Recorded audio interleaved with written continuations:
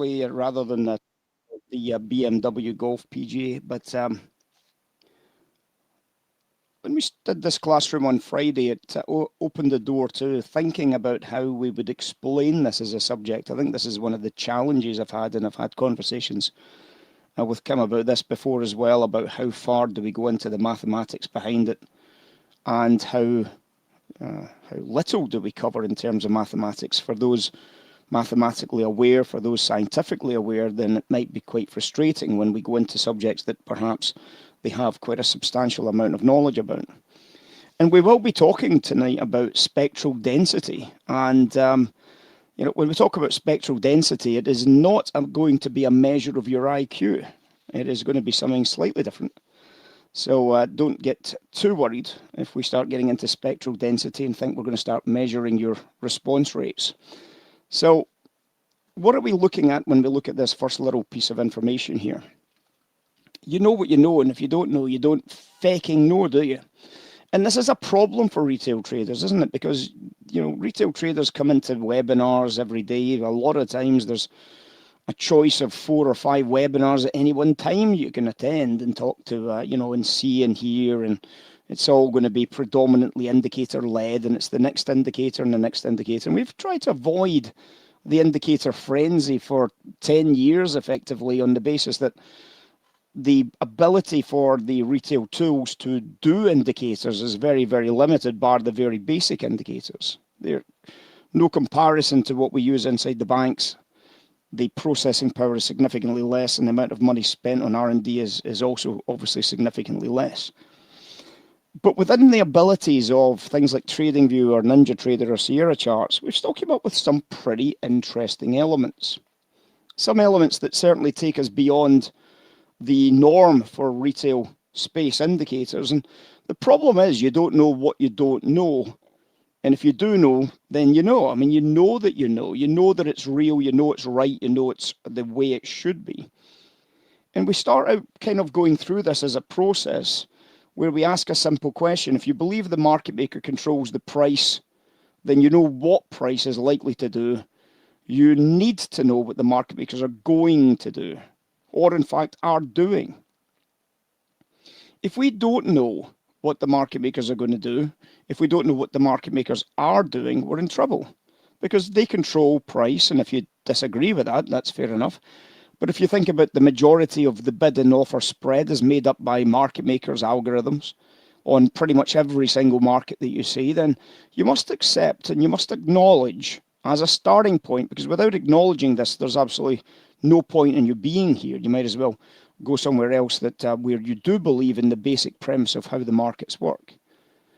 The market maker controls the bid offer spread for the most part. I'm not saying on every occasion, but I'm saying for the most part, the market maker controls the bid offer spread. You'll see a good example of that every week when we come into the non-farm payrolls, when we come into one of the big data releases like CPI, when we come into oil inventories, which is a weekly example, where you see the liquidity vanishing and it goes to the outside of the market, and we get some nice markers on the outside market to buy and sell from.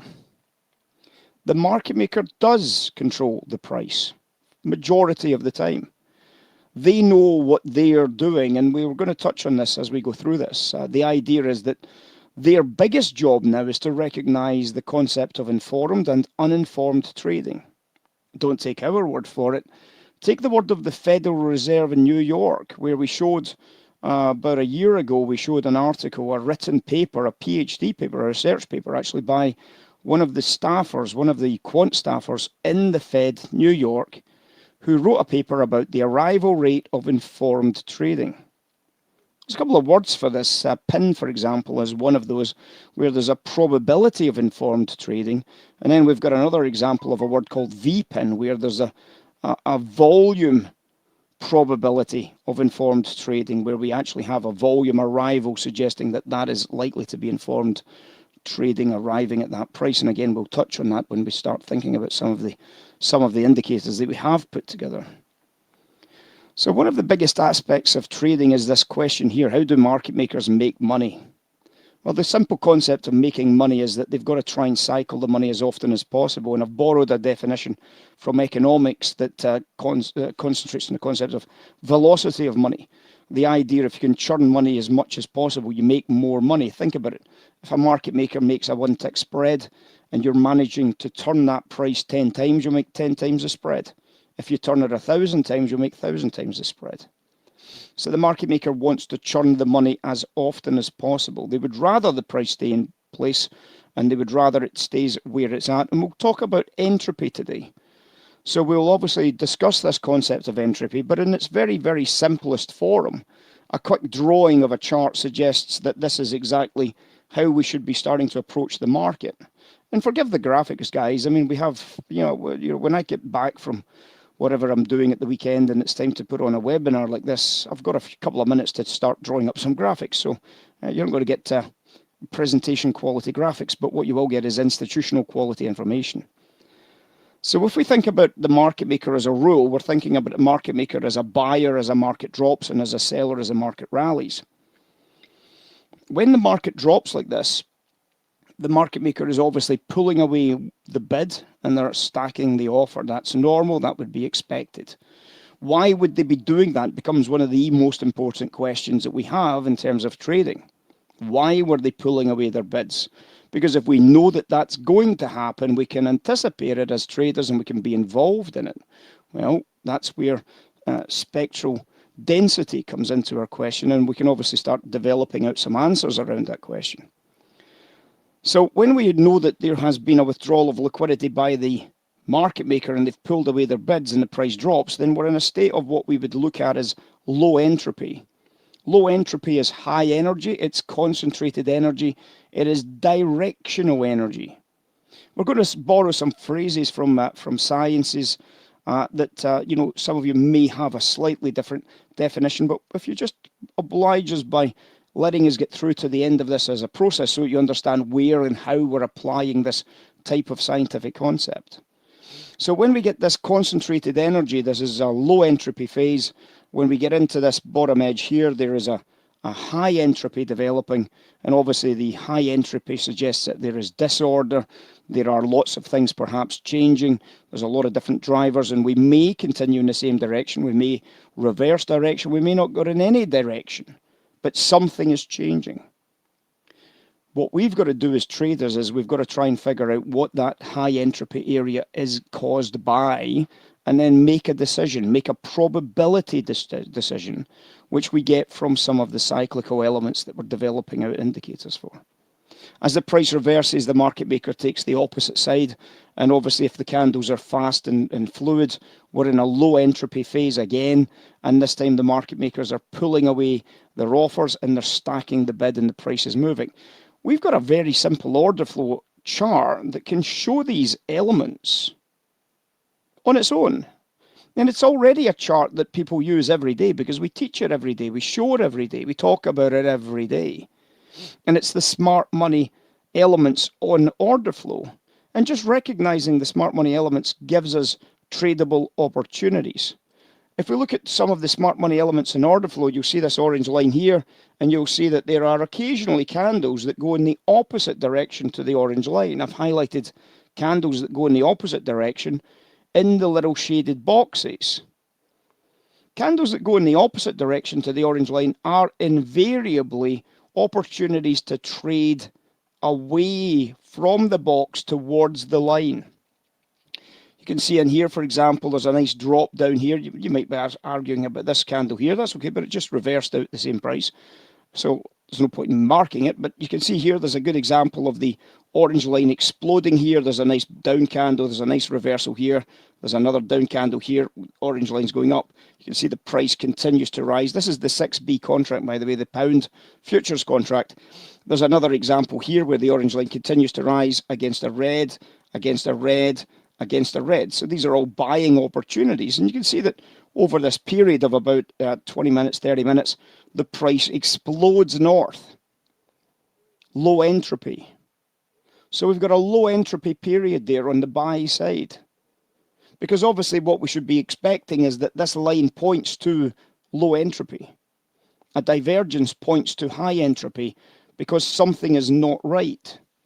So when this price then drops off and it starts collapsing down, you can see we get a green candle here against an orange line that's dropping. That's a high entropy opportunity to go short. The low entropy narrative is sell side. I should be able to make some monies. Now, obviously, this as a standalone is good, but it can be a lot better.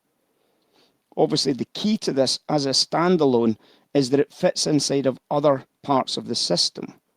And when we talk about other parts of the system, we are, of course, talking about Fourier. We're talking about spectral density, the process that estimates the frequency of a signal, the main signal, which is price, by analysing a sequence of time samples, by breaking down the elements that drive price. And there are more than one element.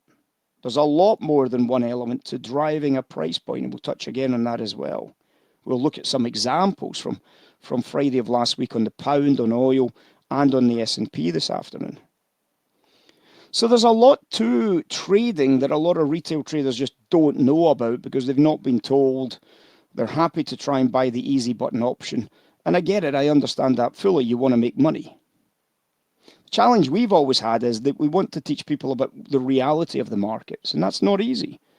It's not a message that a lot of people want to hear because it's complicated, or at least they think it's going to be complicated. And it can be very complicated, believe me. But when we simplify it down into its main components, every time we build a new component, your probability improves. We've seen that from traders in the room. There's several traders in here tonight that will tell you that their probabilities improved.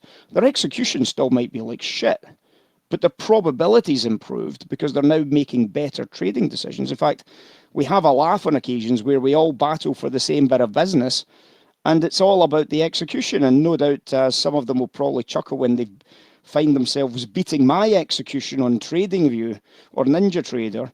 And, and that's obviously happens on a regular basis, that the guys in the room beat my execution on NinjaTrader when we talk about the prices we've got. So, they obviously are starting to really see the opportunity. But we're all guilty of a crap fill. We're all guilty of missing the read early enough and ending up joining the party a little bit late. The point is, they've turned up at the right bloody party. I don't know if you've ever experienced that horrible feeling of being at the wrong party and realizing, my God, I thought I was going to be at my great uncle's funeral, and there's some person that's getting buried here and I don't even know who they are. You've turned up at the wrong funeral. I did that I didn't do that to anybody, but I did that in a situation where I turned up at a friend's father's funeral, and it turned out I couldn't recognize anybody there, and I was at the wrong funeral, standing there like an absolute balloon. But it does happen. You end up at the wrong party, and it's not exactly a party, but you know what I mean. You end up at the wrong party, and you're not sure why you're there. You're not sure what's going on. Everything around you seems to be wrong. And what we've got to try and do is at least turn up at the right party, looking for the right invitation and trying to get there early enough to suss it out. If we get there too late, it's a bit too late. We've missed the opportunities. So when we start working our way through these little processes, we come back to this idea of trying to figure out where the market maker is going to be positioned, what the market maker is going to be doing, and how I should be able to make sense of this as a trade setup. When we work our way through this, it comes all the way back to this idea of, do you believe the market maker controls the majority of price? So when do they not control the majority of price? When the big commercials probably control the majority of price. When the fundamentals control the majority of price. In other words, there are circumstances where price is not in the hands of the market maker. They still control the bid-offer spread. Their adding and subtracting of liquidity at certain price points results in the size of candles that you can see on your charts. And we play the market maker's game on a regular basis to remind people of the importance of moving your offers and your bids away from the current price when you see a large candle, when the market narrative is changing. So when you see the market narrative is changing, we can see the change. Unfortunately, we see the change too late because the market's already moved. We've got to try and be in for the change, and that's where the real challenge begins. When we start working our way through this concept, one of the things that we're going to touch on is this concept of high entropy and low entropy. When I was thinking about the best way to explain this to people who haven't maybe came across this idea before, it's a relatively straightforward idea, and I've used the concept of a fire. Obviously, when you're putting together a fire, I don't know if you've ever lit a fire in the wilderness. You're obviously having to find kindling. You've obviously got to stack a fire properly. There's a way to build certain types of fires at certain conditions. And obviously, the key to this is that when you're putting it all together, you're in a state of high entropy. A high entropy state is a state where there is a lot of disorder at this point. There's a high level uncertainty and unpredictability. High entropy is an area where if you get anything wrong, it might not work. To create a fire, you've got to have combustion. To create combustion, you've got to have a fuel, in this case, perhaps wood. You've got to have oxygen, and you've got to have a source of energy to cause this to start, this combustion to start. So in other words, if you miss any one piece of this jigsaw puzzle, you're going to struggle to get the fire lit. You're not maybe going to know why you're struggling to light a fire. It seems as if you're doing what it says on YouTube, but it doesn't seem to be happening, and you're simply left wondering what is going on. Well, it's a great example, because when you look at these types of things, when you look at somebody that's got a lot of experience, they find it very easy to find the right components and make a fire work, build a fire, and keep a fire going. For somebody that's never done it before, it takes a lot of effort, it takes a lot of work, and yet it's the same components. But it still takes a lot of work, and it still takes a lot of effort to do something that's been fundamental to humankind for centuries, for thousands of years, for millennia.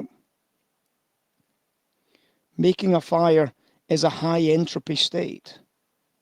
So what happens next? Well, when you get to the point that the fire is lit, we move into a low entropy state.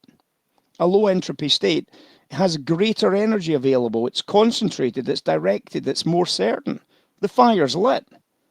However, we need to stay lit. How do we stay lit?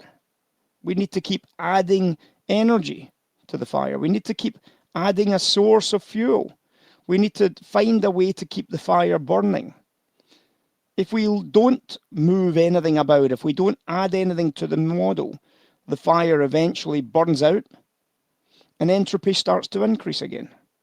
If we don't add more wood, if the rain comes on, if we don't, whatever, if there's a vast gust of wind and we don't protect the fire from the wind that could blow it out, there's a lot of things that can cause the fire ultimately to go out. And we could end up back into this high entropy state where the ashes have now got nothing left in them. They're fully burnt. If we keep adding a source of energy as it starts to dwindle away, if we keep adding some fuel to the fire, then of course then we end up with a fire that can rage for hours, for days perhaps. Well, in trading it's the same. There's no one fuel, there's no one particular source of energy, and therefore we've got to recognize that what we're going to try and do as traders, as professional traders, is to recognize when an energy source is actually arriving. We've got to recognize when we move into a high entropy area, which for a fader is exactly the type of area that we want to trade in.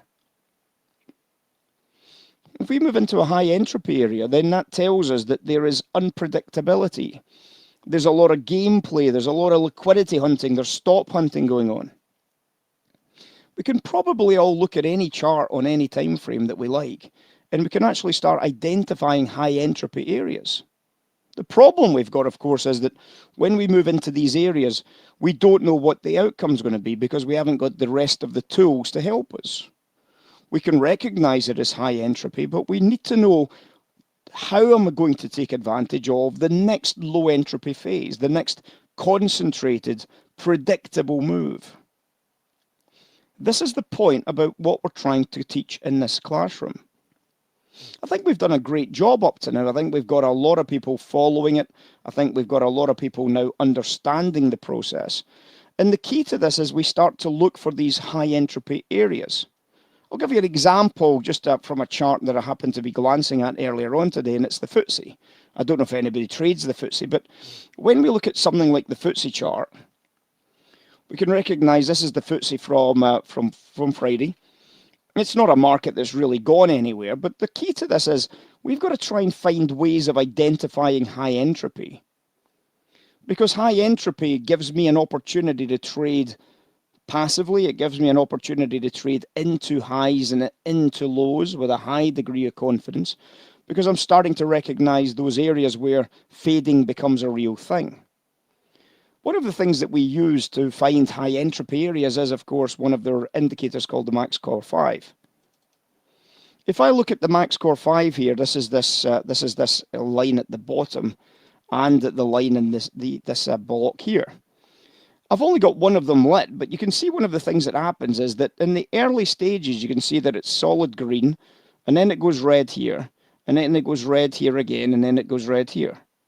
You'll see at the bottom, you'll see that there's a couple of situations where you can see the blue line appears in different locations. Not quite enough, perhaps, to generate a signal, but this is us starting to look for that fuel. We're looking for not only the fuel, we're also looking for the source of energy. So in other words, what we're trying to do is we're trying to find areas where there's a bit of fuel, a good source of energy, a low entropy area where we can take advantage. So what you start seeing happening, for example, when we start seeing these red areas, is we know that there is a low entropy sell opportunity up here. In other words, we look to the left, we look for liquidity, and we start looking for opportunities to start working into the top edges here. High probability trading at its best. We can see that the blue line is above the black line in here, suggesting that the sell is correct. That's just one of the models that we build. And obviously, it's not the strongest signal I've ever seen in my life, but it's still a signal. You'll probably see that we actually get some sell signals later on in the afternoon session here, or sorry, the morning session here. And it's quite interesting because it's actually at quite a low price here. So even at a lower price, we're starting to see that fuel that the sellers are needing to get short into that little phase. Now, as it transpires, you can see at the bottom here, you'll see there is a sizable amount of fuel for the buyers. Possibly the biggest amount of fuel we've got for the buying trade. It's just not enough for the indicator to flash, in this case, a buy signal. But we still know that there is a massive amount of fuel for a buying opportunity in there. And we can see that we move into from a low entropy into a high entropy area. These little coloured boxes give us a volatility view of the market, telling us we're moving into a low volatility, high entropy area. So I'm looking at that and I'm saying to myself, I know exactly what side this is at. It's going to be a buy trade, and I can be looking for that buy opportunity. You can see into this phase here, you can see that the blue line goes back above the black line. We're in that sell phase again, and I am going to be looking for easy money shorts. And again, we're moving into that low entropy area on the way up, and then we're moving into the high entropy area as we rush up into the top edge. And this is the prior swing high, of course. There's the prior swing high there. So obviously we're reaching up into that prior swing high, and we're starting to consider the idea that any type of attack into the top edge is probably what we would seem to be market manipulation. So when we notice that this is the case, we're starting to consider a lot of different things. We're looking now at the liquidity. We're looking at how the liquidity plays. We can obviously see a great example of the liquidity getting swept here. And there's the red dot appearing. And the perfect sell opportunity right there. Well, 82.95 traded a low price of 82.60 for 35 points. It's a pretty good trade for what it was. I mean, it was an hour-long trade on the FTSE. And you can see, of course, that we never got any new buy triggers after that. You can see that the two lines dropped far and they dropped fast here. They became sell side during this phase and never gave us a bottom edge test for a liquidity in a good location to try and grab a little bit of business. So that never happened. We never got anything out of that in terms of a nice easy buy trade or anything like that. Closest to a buy trade we got was this very close narrative here. Things have now changed. It's now starting to move up. We're starting to get close to a possible buy trade.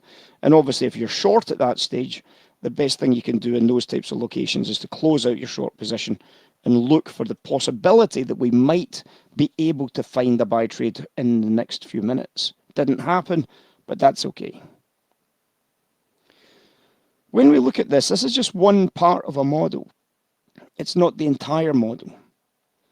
What we're trying to do is we're trying to establish the various things that cause the pound, the FTSE, the S&P, the oil, the gold, the bonds to move. We're trying to figure out all the various energies that are applied, all these fuels that are applied to the fire to make them move in a certain direction. Everybody thinks that the market is really simple in that respect. The markets are going up or the market's going down, but what they don't realize is the market is made up of many different facets. There's a lot of different fuels going off at different times from the energy side of the markets, and this is something that we don't really appreciate because all we see is a price. We look at a chart and we see a single price, a line that goes up or down, and we wonder, how can we make any sense of this?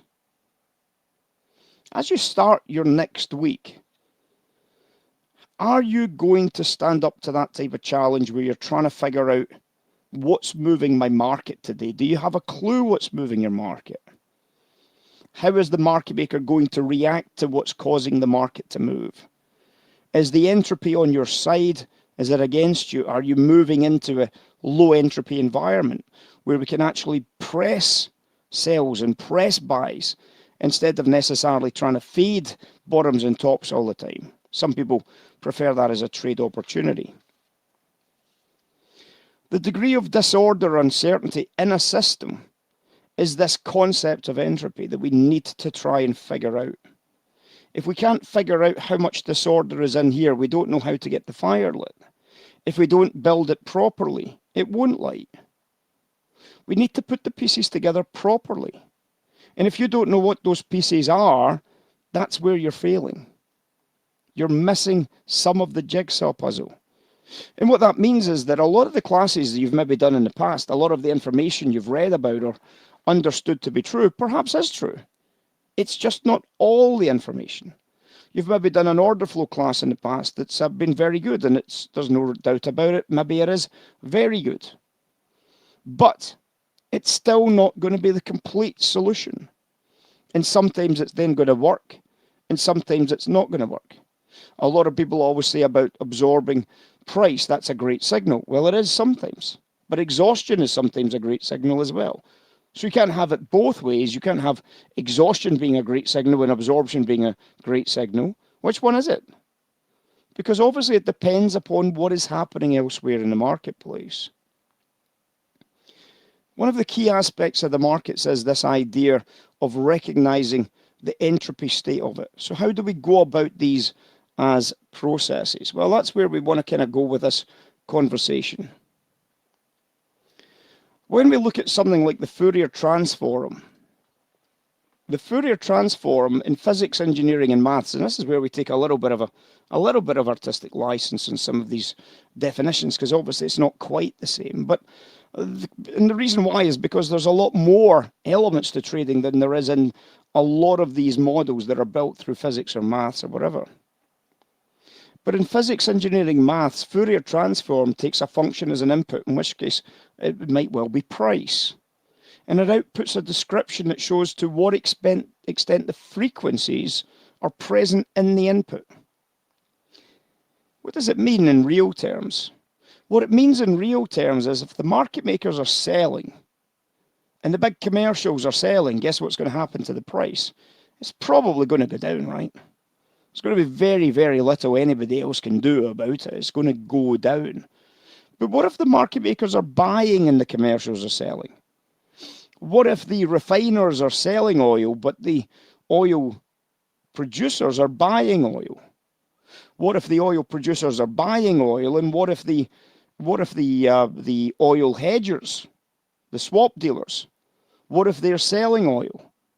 What if OPEC are buying oil to take it out the system, to try and drive up the price? So there's an awful lot of things that could be happening that can cause price to move. And obviously there's no one thing that happens all the time that causes price to always move. What we've got to do is try and work out, in the majority of occasions, where can we build these probabilities. So the Fourier transform tries to help us with a description to show what extent the frequencies are present in the input. And the input in this case is the price. So what are we trying to say about this? What we're trying to say about this is that the price is the sum of all the inputs. When you think about it, that seems quite reasonable. The price is the sum of all the net buyers and all the net sellers, but it's not actually, is it? If price was the same as the sum of the net buyers and all the net sellers, then obviously all we would have to look at is the market delta, which is the net buying and selling pressure, and we would know exactly what direction price was going to go in. Well, if anybody's ever looked at market delta, it's quite obvious that that's not true. Market delta doesn't always point to the direction of price. In fact, on some occasions, as the guys know in the room, on many occasions, the market delta is almost a negative correlation to price. So it can't be that it's just the sum of the net buying and selling. One of the things that we do recognize is that it may well be the sum of the informed buying and selling. An awful lot of the buying and selling is not informed, or in fact, doesn't care less about the directionality of the markets. You might be thinking, who would not care less about the directionality? Well, somebody that's spreading, for example. Somebody that's spreading oil against gasoline, somebody that's spreading the 10-year treasuries against the 30-year treasuries. They don't really care about ultimately the directionality. What they do care about is their spread profitability. They don't care if the 10 goes up and the 30 goes down, so long as the spread closes in the way that they anticipate. So therefore, one of the keys to this is we've got to try and understand this better. This is one of the biggest misunderstood concepts in trading when it comes to retail. In fact, it's probably not understood at all.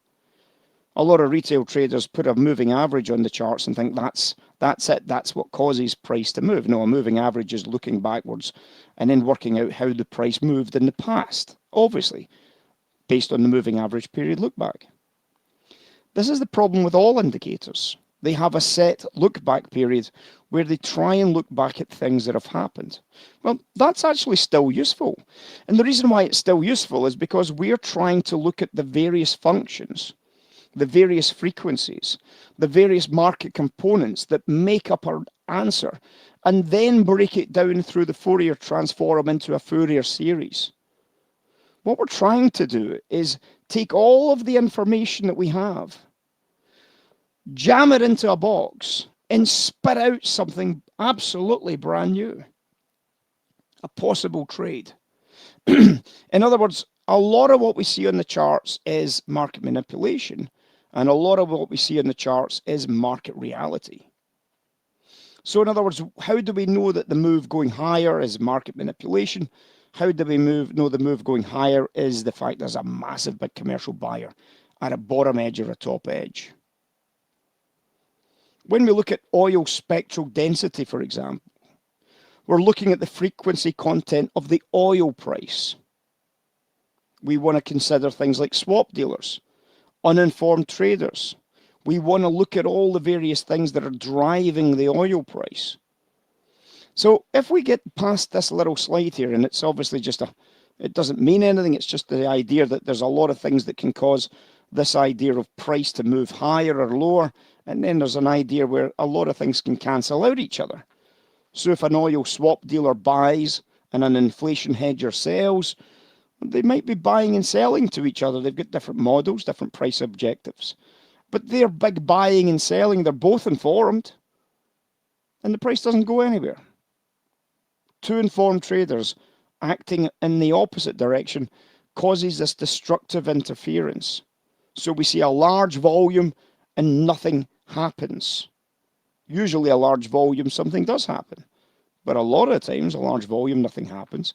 And that's maybe something that's gone on, and we need to be able to deconstruct that or decompose that into its parts and say, I know what that was. So these are really quite important elements to the building of a system. Now, the good news is you don't have to bother going through this process because that's what we've been trying to do for you. We've still got some work to do because we've got one more piece to the jigsaw puzzle that will be hopefully finished during next week. And obviously this will add to the underlying storyline that we've got for you. When we look at the oil, this is an example of a couple of the ideas around oil.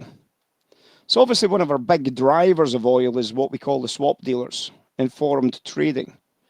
Swap dealers, one of the biggest informed traders, if you look at your COT and you look at the updated COTs, you'll see that when you look at oil dealers, you'll see swap dealers makes a massive dent in the oil marketplace. When we look at the refiner, this is obviously things like the crack spreads. They are obviously informed. They know how much supply and demand they need. They know what the demand is for their output products like gasoline and heating oil. So they are very informed traders. So we can understand the refiner buying and selling oil to satisfy their needs. Then we've got a lot of uninformed traders, traders who simply trade the momentum of a move perhaps, not because they're uninformed as in they're stupid, just because they don't know the rest of the stuff, but they're able to recognize the rest of the stuff that other people do know, and they're able to jump on board. The inflation hedgers, they're informed traders, and obviously we can look at their buying and selling pressure.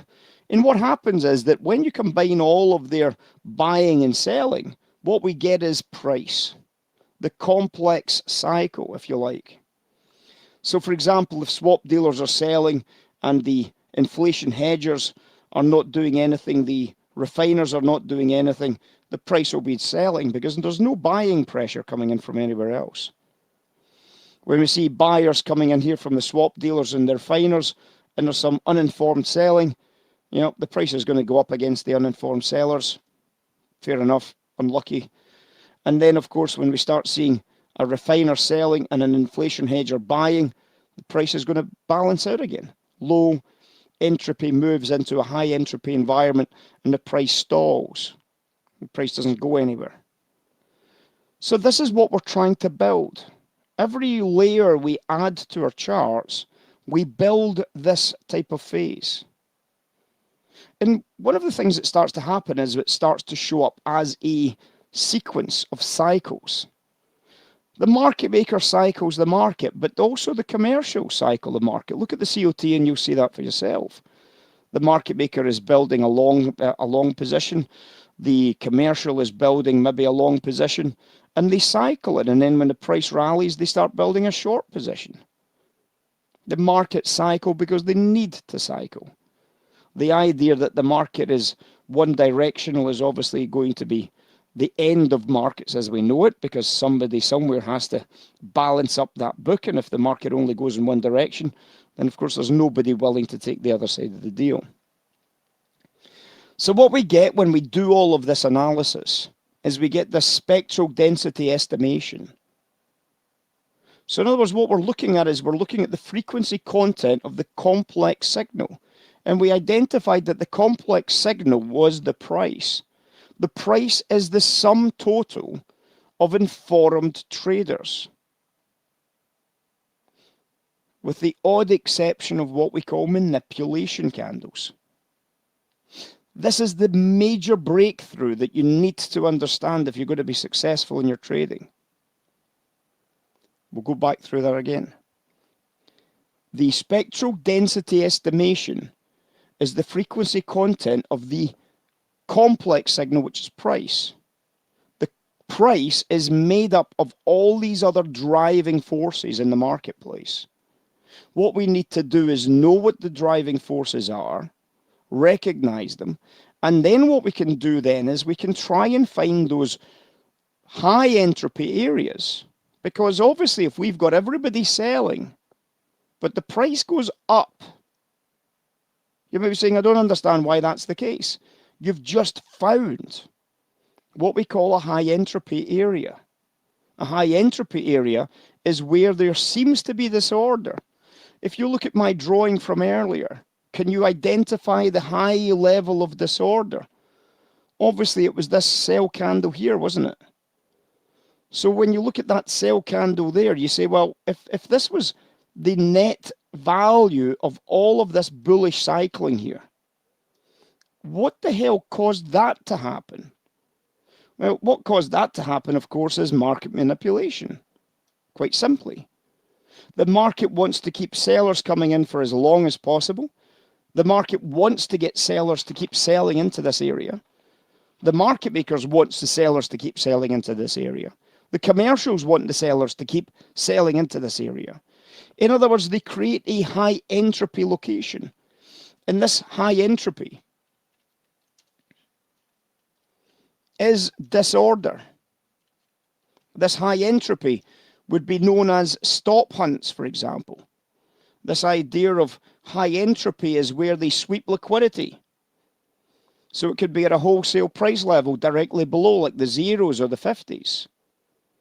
So they try and cause this disruption. They try and cause what you would think of as chaos in the marketplace. A little bit of selling, they can stack. This is where we would expect to see things like spoof orders.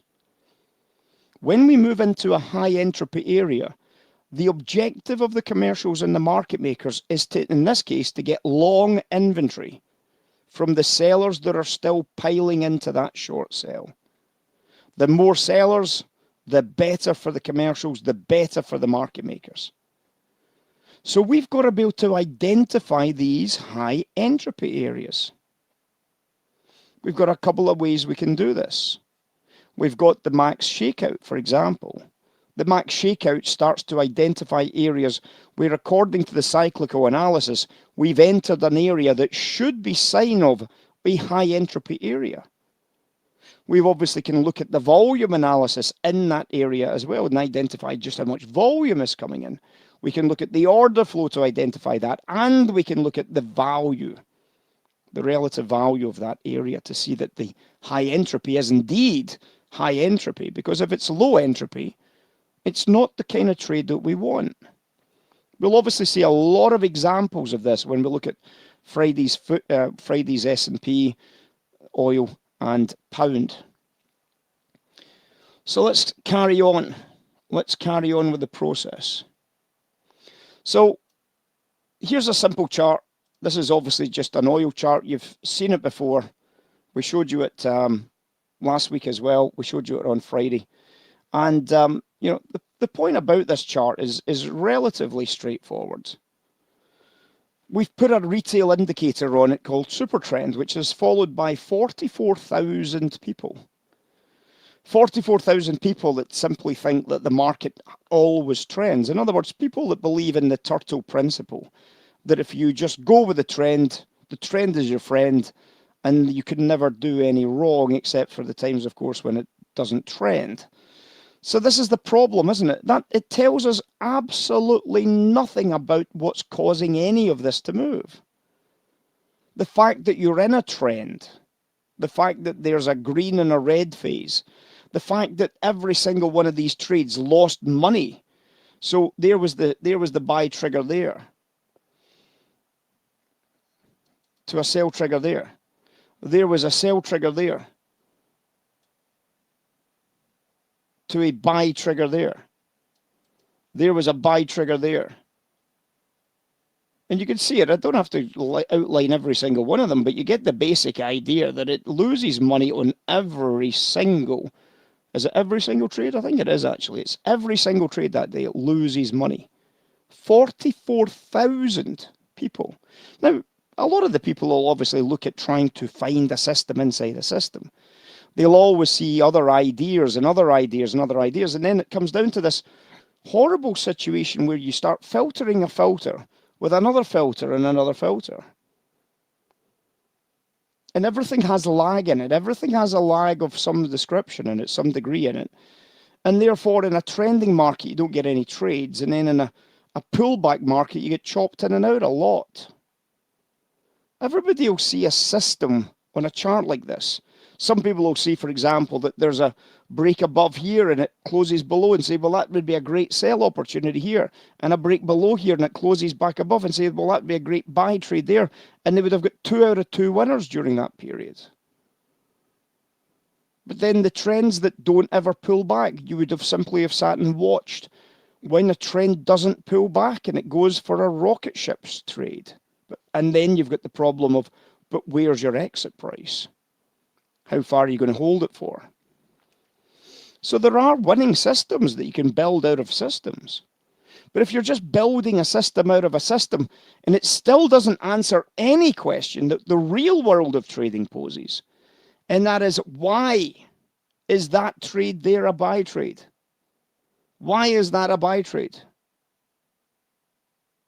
This could have been classed as a close above here, couldn't it? So you might have seen that one and said that was brilliant. And you might have seen that one and said that was brilliant.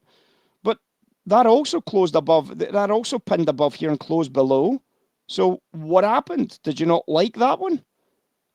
Or are you just cherry picking examples where they show up because they're easy to see, the ones that show up in real time? All of a sudden, it's not quite as easy anymore, is it? All of a sudden, when you come down to the reality of any of the things you use, what I want you to simply ask is this: do I know why it's doing what it's doing? Have I got any clue what I'm looking at? Can I tell why the market makers are doing this? Can I tell why the commercials are doing this? And if the answer is no, you shouldn't be using it. This tells me absolutely nothing about what the commercials are doing and what the market makers are doing. That tells me nothing, gives me no information at all. And therefore, to me, it's useless. So disappointing, of course, because it would be wonderful if we could find something that works. Well, one of the things that we do know about the market is when we look at the marketplace, one of the key aspects of any trading idea is what we call relative value. When we look at relative value, of course, one of the ideas of relative value is relative value tells us what some of the informed traders are doing, some of the most informed traders are doing. When we look at informed trading, sometimes it's easy to spot what they're doing and sometimes maybe not so. When we look at oil, you can see this line here. We can recognize an awful lot of movement of the line. You can recognize a lot of turns, a lot of twists. But when I ask you to find a trade on that, it still leaves a big challenge. When we look at this, is the swap dealers, by the way, on gasoline. So when we're looking at oil, of course, the swap dealers on gasoline is usually a pretty good example of somebody that knows what they're doing. It prices the market accurately.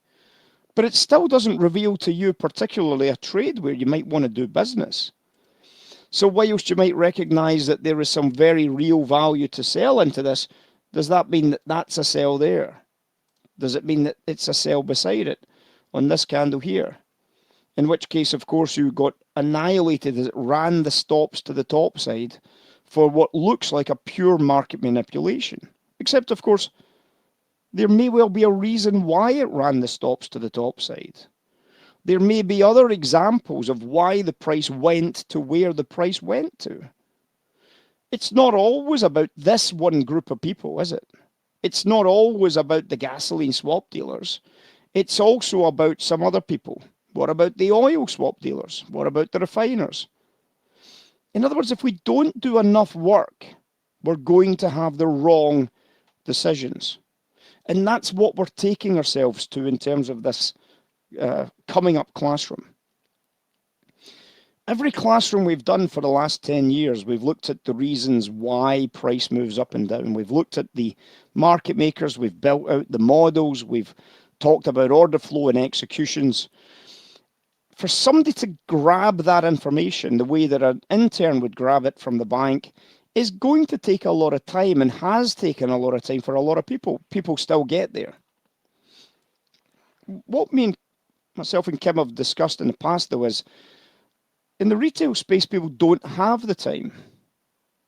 They don't have the time because they're maybe not at the beginning of their trading career. They're maybe not at the beginning, of their career. Perhaps they're retired and they don't have 5 years to learn things. They want to get on with it. They want to maybe start making some money as well whilst learning. It's a lot easier and a lot more fun learning when you're making cash at the same time. When learning costs you money, that's when the challenge really sets in because you're in a hurry to learn stuff so that you can implement as quickly as possible. And because you're in a hurry to implement, you're missing the most important ingredients. And what we found was that everybody moves on to the next biggest, shiny and best object, and they forget about the first piece of the object. They miss the fact that these signals compound on top of each other. These levels become a real piece of information, but only on top of the level you learned last week. Everybody moves on to the next one, starts using the next one, and realizes that they're still missing a piece of the jigsaw puzzle. Was it the piece that they forgot about from last week? So what we said to Kim a while ago was we need to build this out. The challenge has been simply the limitations of the retail order flow and the retail space in terms of things like TradingView. The computing power that's available to build out institutional models in TradingView is incredibly limited. The early models that we did build simply just timed out in TradingView. If you've ever tried to do an indicator in TradingView and you've added complexity to it, you realize that there is a timeout period. Some of you might not know this, but there's a timeout that if your process does not compute in the TradingView space fast enough, it throws an error message. Some people who don't have the premium package time out after, I think, 10 seconds, 20 seconds, or 40 seconds, I think is the maximum timeout. Some of these processes to build can time out after several minutes. In fact, the process is still building the narrative after several minutes because it's not powerful enough. And it's nothing to do with your computer. It's not down to the fact that you've got a dial-up modem. It's down to TradingView because you're effectively sitting on their systems, and therefore if their system times out, no luck, the process doesn't work. So we've had to try and take a couple of shortcuts to achieve this, and that's obviously meant compromising some of the information. Having said that, I think we've done a pretty good job. So let's get into a little bit of the charting here so that we understand where we've ended up getting to. One of the things that we talked about was this idea of maximum entropy. When we reach maximum entropy, we've already identified the maximum entropy as the area where the highest disorder can take place.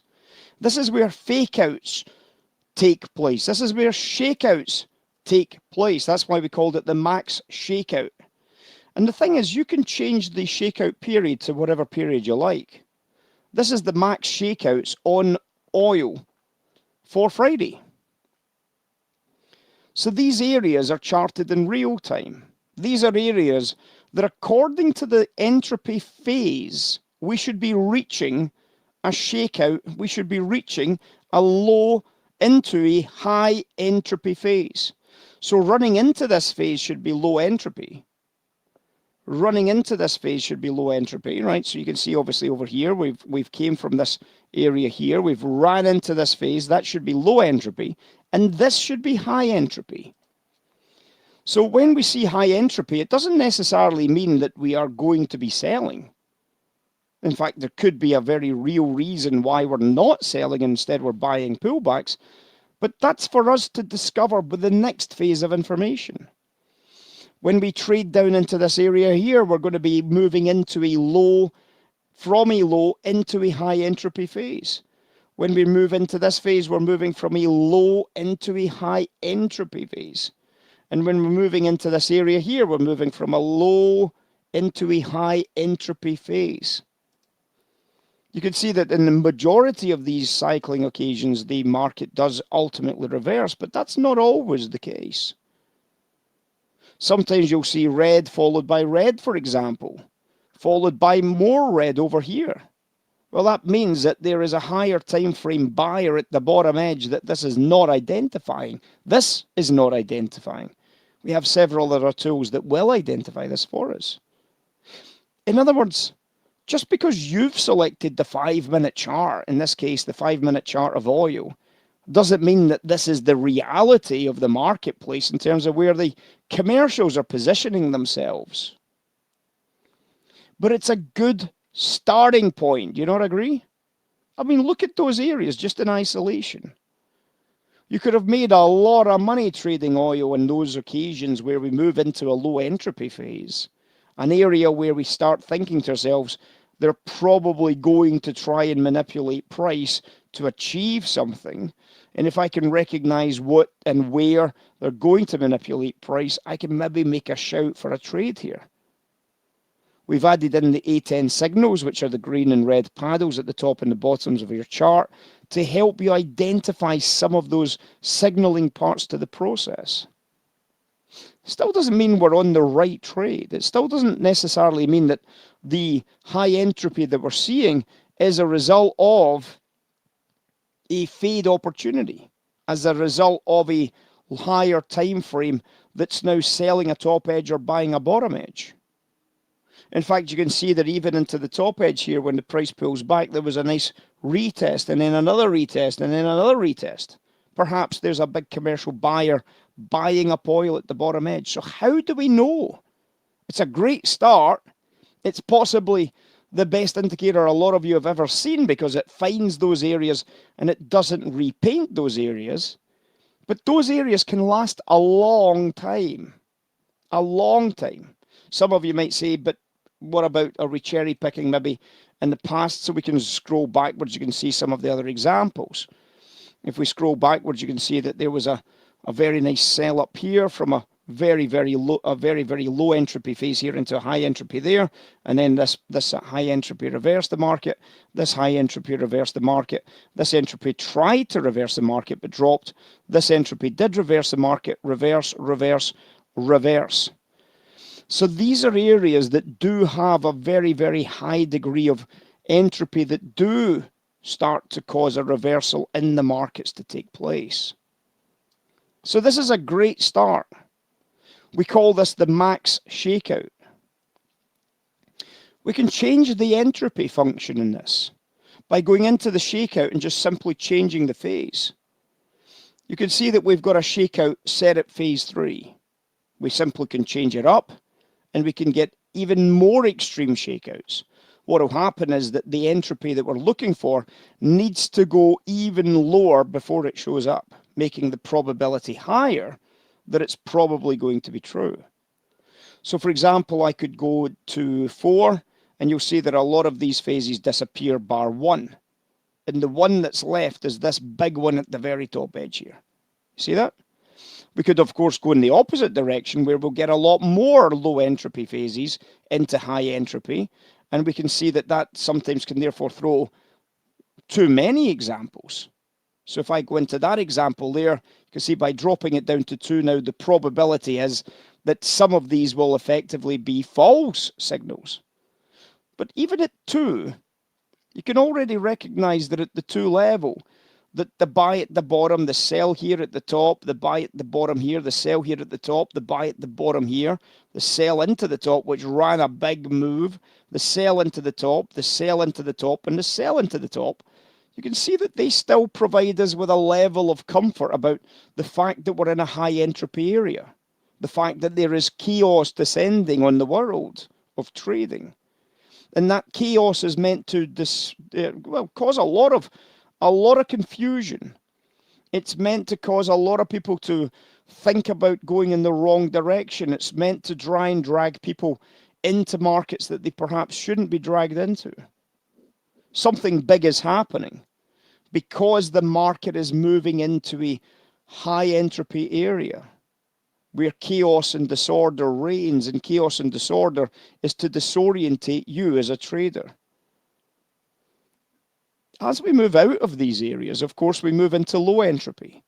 For a lot of traders, they don't want to do anything in these areas because they haven't got a rule to trade by. They haven't got a set of indicators or ideas allowing them to make the better decision. So what they prefer to do is they prefer to come out of the high entropy areas and then trade accordingly in terms of a momentum shift. Well, this is where we've developed this whole concept even further. The idea of then going into those areas where we've moved out of these shakeout areas by taking a separate view of this allows us to make a slightly different decision. If I was to look at, for example, the cycle, this is us now looking at the market maker from those low entropy into high entropy phases. So when we hit high entropy, what happens is that we move out of high entropy.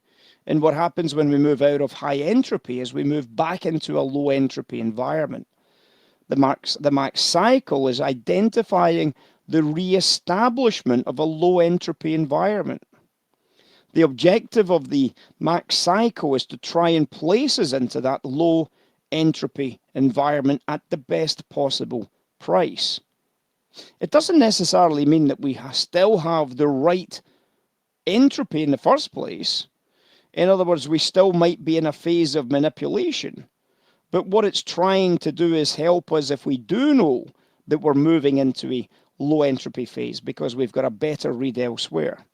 And this is where we come to this concept of spectral density estimation. When we start processing the estimates of the frequency of a signal by analyzing a sequence of samples, one of the things that happens is we start moving into trying to define these, which are now the max cycle signals, as either manipulation or a higher time frame continuation. These signals either become reversal signals or profit take signals. You could probably agree with me that on their own, they're actually not too bad. I mean, when you look at them as possible signals just as a standalone, I think you could probably do pretty good with these as indicators. But obviously we can do a lot better. When we start breaking down the process, one of the things we can do is we can look at the spectral density as individual frequencies. The reason why price goes up and the reason why price goes down is obviously contained in the buying and selling pressure of the swap dealers. So if it's contained in the buying and the selling pressure of the swap dealers, let's take a look at that in terms of its outcome in terms of a frequency. Let's take a look. This is the buying and the selling pressure of swap dealers. So now we're starting to get somewhere. If this is the buying and the selling pressure of swap dealers, one of the things that we can start to identify now is we can start to identify the signals that are legitimate and the signals that are perhaps more likely to be pure manipulation. So for example, we can see that at the top edge here, we can recognize at the bottom edge here, we can recognize at the bottom edge here that there is a cycle component to these trades. That cycle component allows me to decide which trades are likely to be legitimate and which trades are likely to be manipulation to achieve a higher time frame outcome. So we can see in here, for example, it's quite clear that this drop phase here, causing that what we obviously know is to be a high entropy phase, is obviously a bullish high entropy phase, and we want to be long off these signals. We absolutely must be long off these signals. Likewise, this little sell trade here, allowing me to make a decision here as well, allowing me to figure out that there is a possible short sell. At the top edge here, you can see that when we got the signal, we're starting to see this entropy starting to roll round. We're starting to recognize the legitimacy of the high price, and we're able to start thinking about that sell-off. What a wonderful sell-off that was as well. Into the bottom edge, we were still having a problem with this one. Then it changed, and then it definitely changed into a high probability buy trade. At the top edge here, we are in a beautiful looking opportunity here. Very, very nice area where we would expect to see a sell. We don't get a signal from the max cycle, but it doesn't mean we don't have an opportunity to still deal. Selling opportunity in there. This buy doesn't qualify. There looks like there is a sell coming in, so we're going to leave that one alone. And for a sell here, this is going to be an opportunity for me to book my money, take my profits and say, thank you, I'm happy with that outcome. As we move back into this cycle here, you can see that we get a nice opportunity to sell against that manipulation there. So we start recognizing the opportunity to work into that bit of business there. This one, no valid. Not valid at all. We can recognize it as a possible profit take, and we can obviously use that to bag and tag some monies. The two retests into the bottom edge look like pure manipulation. So as they recognize pure manipulation, we recognize the opportunity for me to become a buyer into the bottom edges here. And obviously we can recognize that that's a real money opportunity to do business. As we sweep into the top edge, it looks now on the face of it to be a 100% manipulation here. So there's still challenges to this analysis. You might still be saying, well, surely I'd be selling here and then I'd be trying to sell in here, blah, blah, blah, and we'll touch on that in a second. Into the top edge, we can now recognize substantial macro divergence, but we can still recognize some micro buying by the swap dealers here. And it doesn't start becoming an opportunity until the last signal generates at the very end of that little sequence. So we can see that we get an opportunity maybe to participate in that bit of selling right there. If we start to focus on the good signals, the good trade ideas based on valuations, this is where we start making a breakthrough. But obviously, one of the key aspects to any trading is the fact that this is not in itself a complete model yet. If I look at this model here, if I look at this as a simple model and I say, well, that's one of the models. Of course, in the world of professional trading, this model carries a lot of weight, a lot of weight. So this model has a very, very high amount of percentage of total model value is built into the oil swaps. This is the oil swaps. The oil swaps are the guys that really do know the supply and demand of oil. And if we know the oil swap guys are bearish, I don't want to be a buyer in most occasions. And if there is a buyer, I need to figure out what the hell they're trying to do. But there are other traders that are participating. You'll see that the size of the gap between them, of course, represents the reality of how much conviction the oil swaps have in this as a trade. So when we're in a green zone like this and there's a lot of conviction in the green zone, we can obviously expect this to be a very strong pullback for a buy reversal. It allows us to make the right decision at the right price. But there are other drivers. If I look at, for example, something else, if I look at, for example, inflation hedgers, this is the inflation hedger line. You can see that the inflation hedger line, if we look back in history here, you can see that the inflation hedger line is also a commercial trade element to this idea. And this is why we started to have the conversation about constructive and destructive interference from different frequencies. The commercial hedgers, these are the guys that hedge inflation trades. These are the guys that maybe hedge inflation on behalf of banks, for example. They have a very, very big sway in terms of some of the short-term oil swings, and we should be therefore able to recognize their presence in one shape or form. The key to this, of course, is the ability to recognize the collapsing of value at any time. If we go away from these swap dealers, you might now be able to recognize this buying process here. If we look back into that buying process there, using the oil swap dealers, it wasn't existing because there's a lot of selling. Using the inflation hedgers, who are now buying into this, we can now recognize that the person that's probably buying this low phase is the inflation hedger. In other words, as a trader, we're able to now recognize the actual entity that's likely to be buying this and selling this and not buying this, but buying this is probably the inflation hedger. So if we know that the inflation hedger is not participating in any of this buying until this turns up here, that's got to be good news. We're able to start building out these models. When we move through the various driving forces, you see that there are some that are a little bit scatty and some that are a little bit more coordinated. And you might be saying, oh my God, this is giving me a sore head when I look at all of these different things happening at the same time. But welcome to trading reality, guys.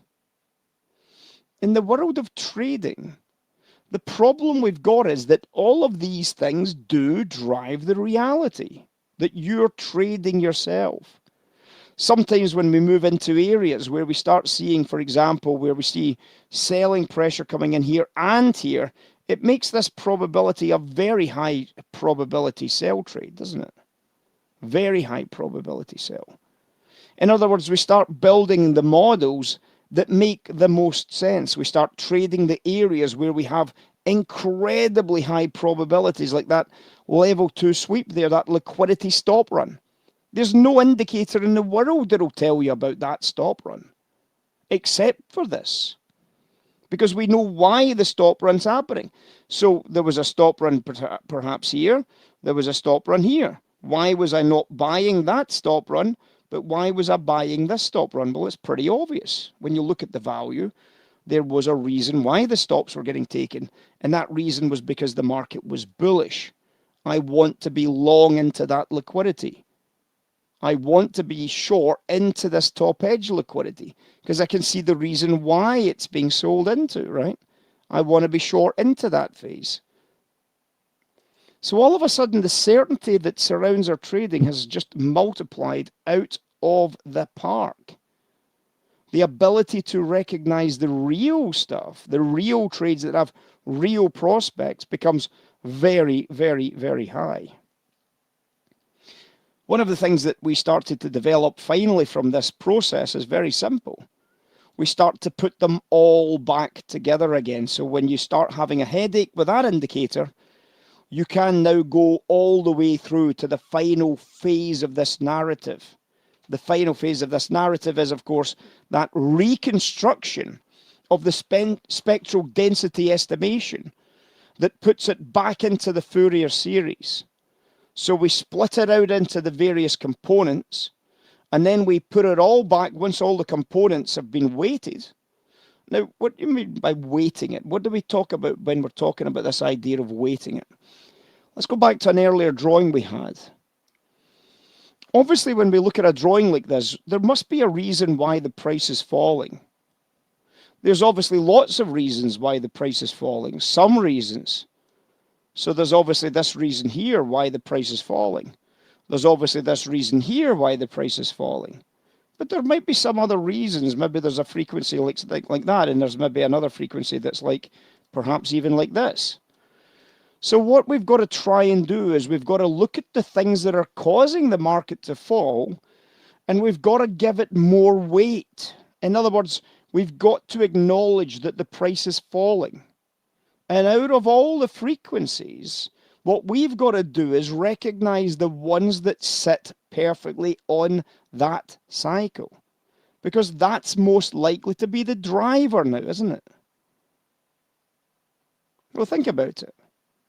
If the swap dealers are, they're not too fussed, but the inflation hedgers are very bearish and the price is dropping, it makes sense that the inflation hedgers are causing the drop, and therefore the inflation hedgers become very important to that model. If the inflation hedgers stop selling this, there's a very high probability that the high entropy or disorder is about to appear in the marketplace, and we start adjusting accordingly to that narrative. What this means is we repackage up all those frequencies and we try and present them as a unified theory of the marketplace. Sounds very Einstein-esque, doesn't it? A uniform theory of the marketplace in terms of the Fourier transform. What we end up with, perhaps not surprisingly, is a line that looks more like this. And what this line now does is it tries to build around the signals. It tries to build the signal from the signals. We're not 100% there yet, but I think we're getting very close to being there. We can see that what we're trying to do is we're trying to get into the idea of the lead that these signals can bring. So the first signal we would have been able to recognize on the left here was a very strong buy signal here. I've taken it off the screen, sorry, my mistake. A very, very strong buy signal here. You see it? So there's a buy signal here, but that's not going to be any use to me. And then there's a buy signal here, which is going to be a lot of use to me, right? We get an opportunity to buy it. We then get an opportunity to sell in here. I know there's a bit of green coming in here, and that's a worry. So we might want to be patient, wait for it to turn back down, and then hit the sell. So we can then sell after it starts to turn back away from this on this area here or even here. This sell up here, disappointingly, not valid. The sell retest up here, perfectly valid. So it starts to help me identify that I am now on the right cycle. So there's a driving cycle here that's causing this big drop phase. We've got a couple of signals, not valid, profit-taking signals. When it starts turning around, I'm now able to take advantage of that. When it starts to turn around here, I'm able to take advantage of that. Some signals I don't have any value in. Some signals I don't seem to have any edge about getting involved in the manipulation of price. Should the price have been manipulated on the sell side here, I could have jumped all over this and we could maybe have made some money. When we get a signal in here, we can obviously recognize the opportunity, maybe get that short sell working for us. This buy, yep, perhaps. This sell, top edge could have been a sell for me. No chance of the buy trades here. No chance of the buy trades here. This is going to adjust, remember, as the cycles adjust. And obviously what we're trying to do is we're just trying to understand the cycle that we're in real time when we hit this on the right-hand edge. Very important. So one of the things that happens is that when we're looking at these elements, one of the things that happens is we have to be able to recognize them. When we start recognizing the various cycles of the marketplace, one of the keys to recognizing any cycles in the marketplace is to recognize that the cycle does change. The cycle adjusts, the cycle changes, and we've got to adjust and change with it. When I look at, for example, when I look at sterling, we have to have the ability to recognize the cycles on sterling as well. This is a sterling market here. And for anybody that trades Forex, of course, the thing that we looked at earlier was, of course, the Forex. If you remember, we looked at the 6p contract on the pound and we looked at certain buy and sell triggers. And one of the things that we have to understand again is that there's a lot of different drivers on Forex. There's a lot of different stories that drive the market up and down. And one of the big drivers, of course, is, for example, things like the carry trade. We know that the carry trade is one of our biggest drivers. If we look at the Fourier example based on the carry trade, this is what we end up getting. We can recognize again some incredible possible signals that generate from this carry trade, don't we? We recognize an incredible series of potential outcomes. And obviously based on those potential outcomes, you can see almost all of them as potential signals. When we look at the cycle indicator in here, we can obviously recognize the ones that stand out again. If we look at the ones that stand out, I mean, it would be a lovely in the left-hand side of the screens if we had one in those areas, because that would have been a nice opportunity for me to grab a bit of business over there. As we go on to the right-hand side of the charts, you can see that there is a very, very nice reversal cycle off of this liquidity here. And obviously the frequency that's being generated, suggesting, of course, that the carry trade is now finding some sellers. And what we've got to do is be able to respond to the fact that the carry trade is finding some sellers. This isn't easy, because obviously it takes time for us to kind of get to grips with this. This does change. We've got to try and deal with this in real time, of course. There is more than one signal. And because there's more than one signal, we've got to have the ability to recognize the signals that are valid and the signals that are not valid. The buy signals in here have a couple of challenges. We're already very late into this. You can see that the sequence here is starting to close down, giving me a few challenges to this buy trade here. So we could have waited and waited, and then when the cycle starts to improve again, we could obviously have started to look at that as an opportunity to start working the bid again here. The sell cycle is of absolutely no doubt in my mind about the quality of it, and obviously the buy cycle at the bottom edge here is again absolutely no doubt about the quality of the buy signal here. So we can see that when we're getting the right signals at the right time, the composition of those frequencies, the frequencies of the carry trade, one of the most important frequencies available to us as professional traders. And if we can understand the frequency that's available to us as professional traders, we can build out these things. We don't have to use a frequency like this. We can simply look at the carry trade. We can simply decide that we don't want to use that type of information. We want to use the actual carry trade. And when we look at the carry trade, we can actually see the trades on the carry trade, can we not? I can see, for example, the quality here when we look at the carry trade for that big short. And I can simply just recognize that it's an absolute no-brainer short. This bottom edge looks challenging. And obviously, as we recognize the bottom edge forming here, you recognize that it flattens out, suggesting a high entropy environment, suggesting the retest here could be part of that high entropy environment as a sweep. The top edge sell here looks without question a sell. The bottom edge buys in here look without question bottom edge buys. But what we've got to do as traders, if we're using the carry trade, is we've got to recognize the movement of that red line between high entropy and low entropy. We've got to do that work manually. Whereas what we can do is we can call on indicators to do that work for us. We can look at the high entropy or low entropy of the lines that we are using as relative value, and we can smooth that entire process down. As we go into that phase, we start making better decisions, faster decisions, and obviously, because it's difficult sometimes to see the value evolving on a chart like this, easier decisions. So when we smooth these decisions down, all of a sudden, yeah, we might smooth out some trades, we might take away some of the trades, but commercial trading is about these smooth structures. They don't go long in 1 minute and then suddenly decide 2 minutes later to go short, not the commercials.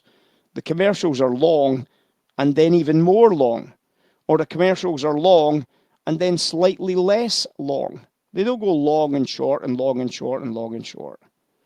So we are happy to smooth out that process and make it a lot cleaner, a lot sharper, and obviously by default, an awful lot easier to read. So when we start building out the various models, life becomes that little bit easier to make the right trading decisions in. And this is obviously the pound. Similar thing happens, of course, when we move into the world of equity trading. This is the S&P futures. This is the ES on a 5-minute chart. And, when we're looking at the ES on a 5-minute chart, again, we're looking at the various movement of cycles here. There's a lot of things to take on board. We can see a lot of the various pieces of the jigsaw puzzle. If I look at, for example, the high entropy areas, we can use the max shakeout to find some. Can everybody agree that those areas would be pretty good areas to maybe launch trading attacks?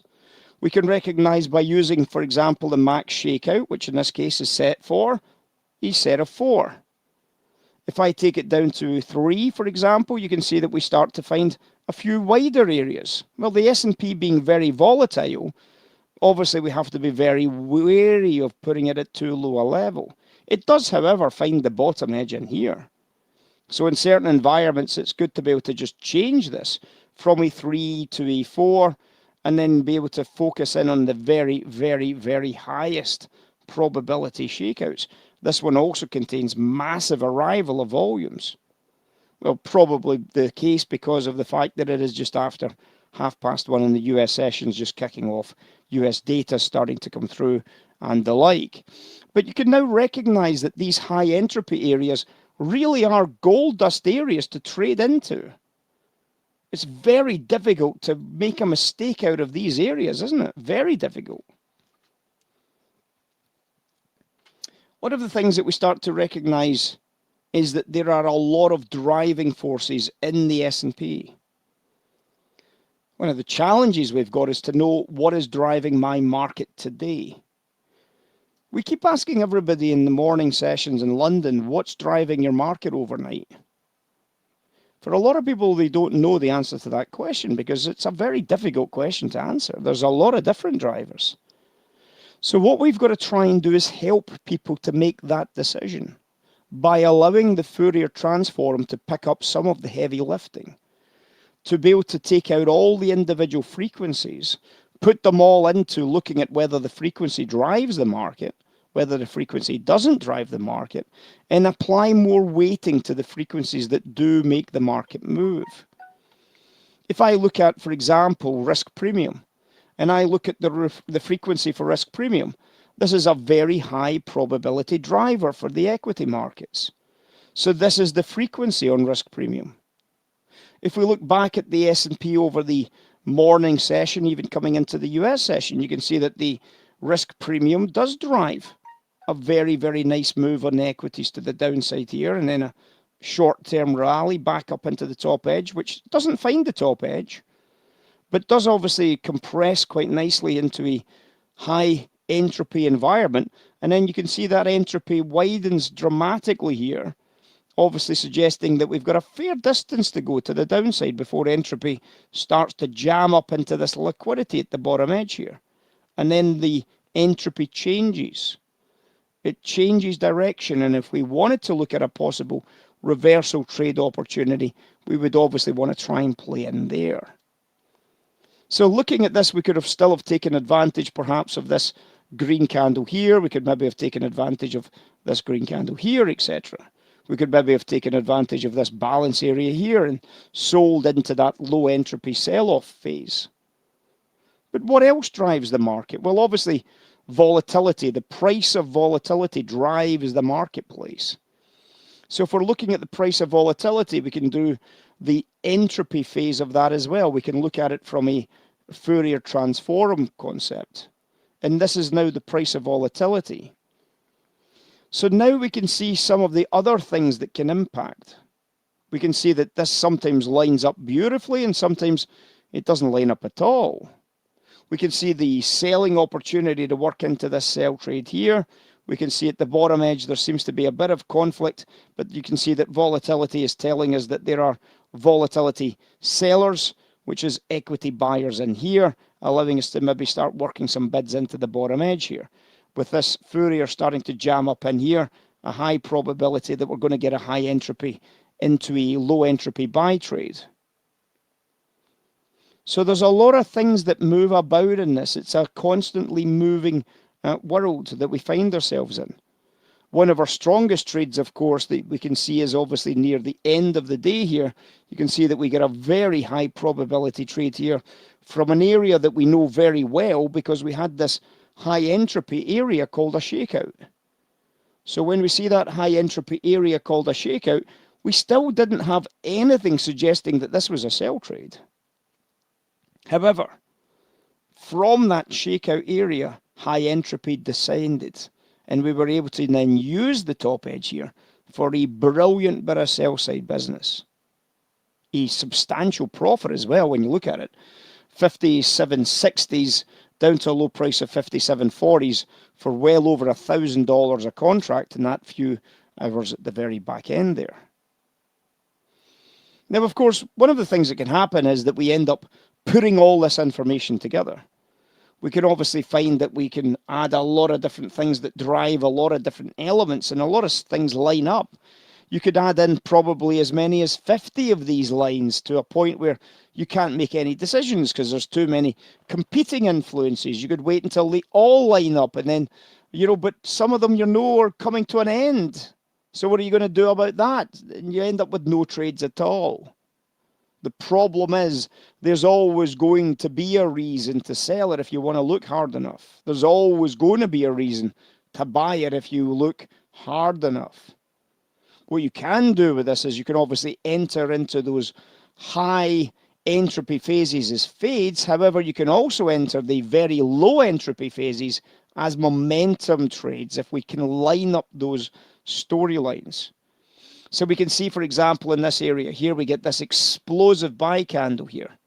We get an explosive buy candle here. Well, we know that that buy candle is legitimate because of the entropy that we can see. It's a legitimate buy candle. So when the candle pulls back into that legitimate buy candle here to the open of that candle, there's a very, very high probability buy trade just waiting for you to take advantage of. When we see that these are the types of trades that we can add to our portfolio, life becomes pretty good. We can recognize the reality of what makes the market go up and what makes the market go down. We can recognize the areas that we know to be true. There's very little that's ever happened in the world of trading that we are absolutely guaranteed to be absolutely true. This still doesn't guarantee it.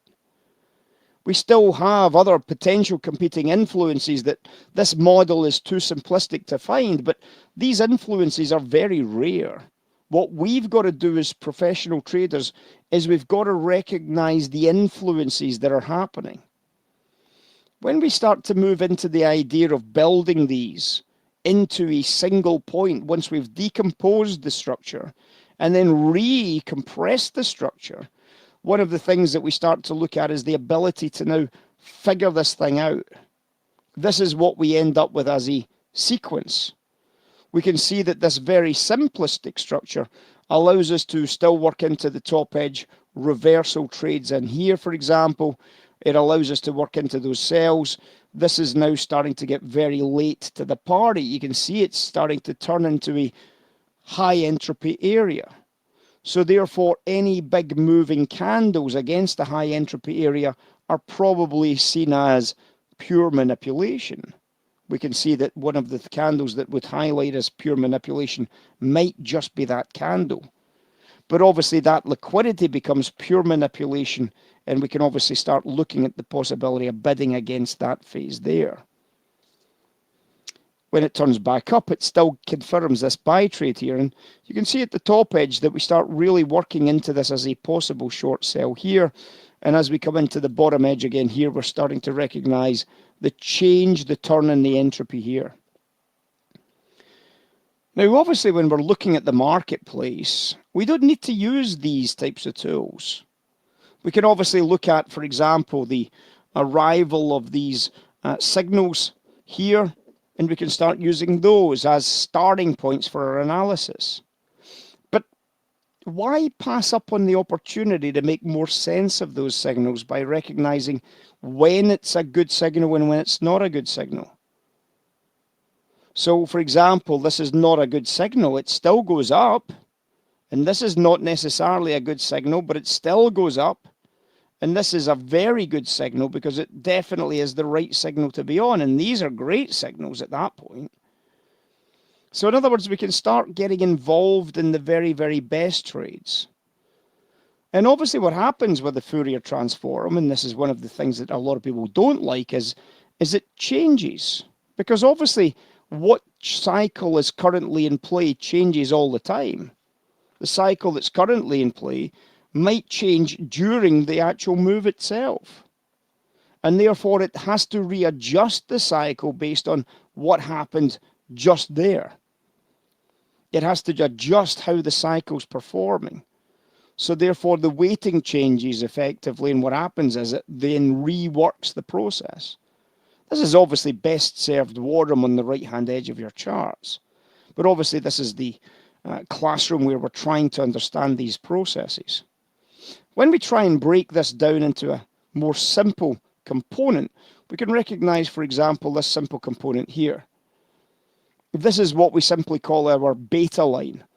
So when we understand the beta line, we trade according to the beta line all the time. The difference with the beta line is it's a single frequency. It has its own movements up and it has its own movements down. It doesn't ever change because it is only one single point source. It hasn't got any other influences. So for example, we can rely upon it at all times. So when we see this as a narrative here, we can see that this is absolutely going to be a sell trade. We could recognize at the cash open, for example, that it was going to be a sell trade, and we can obviously run that storyline. We can recognize probably the divergence here for a buy trade there. We recognize that there's no way I'm going to buy this candle, but there's a possibility you might have been interested in this retest in here, because you're already getting brought to that retest by simply looking at these here and saying, I like it. Now, obviously, in line with that as a storyline, we may well have got ourselves into a little bit of bother on this sell trade here because, well, you can see it didn't go very far and maybe caused us to scratch out or possibly even take a small loss on the trade. It's trading after all. It's still only a probability. So when we retest into the top edge, we've got an opportunity to get really heavy into what looks like an absolute no-brainer short. Is that not one of the best no-brainer shorts you've ever seen? And when we understand this high beta, low beta storyline, this is the storyline that People like Warren Buffett trade all the time. People like Soros trade all the time. People that you've heard of in all the annals of all the literature, all the quotes, all these brilliant bits and pieces from all the big companies. These are the types of things that these trading desks do, the Berkshires of the world, the Citadels of the world. They're trading beta because they're trading these types of elements. They're trading the storyline. And if we get a signal that tells us otherwise, the signal is probably what we would determine to be a market manipulation. If we can identify market manipulations as clearly as that chart does, and in other words, if you can read that chart yourself, you've just joined Warren Buffett in being able to recognize value, real-time value. When you recognize a bottom edge in the short term, for example, like this, you're recognizing that there's real value as the price works its way down into that liquidity at the bottom edges. Real value for you to now take advantage of and maybe take a buy-side opportunity in there. Something that perhaps before you even started in today's classroom you thought was impossible to have achieved. And yet now we're showing you the reality of simply trading one frequency that you maybe didn't know about. This, at the end of the day, is a frequency. This frequency controls the other main complex frequency, but it's not the only control of the complex frequency. We'd already highlighted the concept of risk premium. Risk premium is this line here. So when you look at risk premium, you can now see why the price moved towards the top edges, because risk premium was bullish.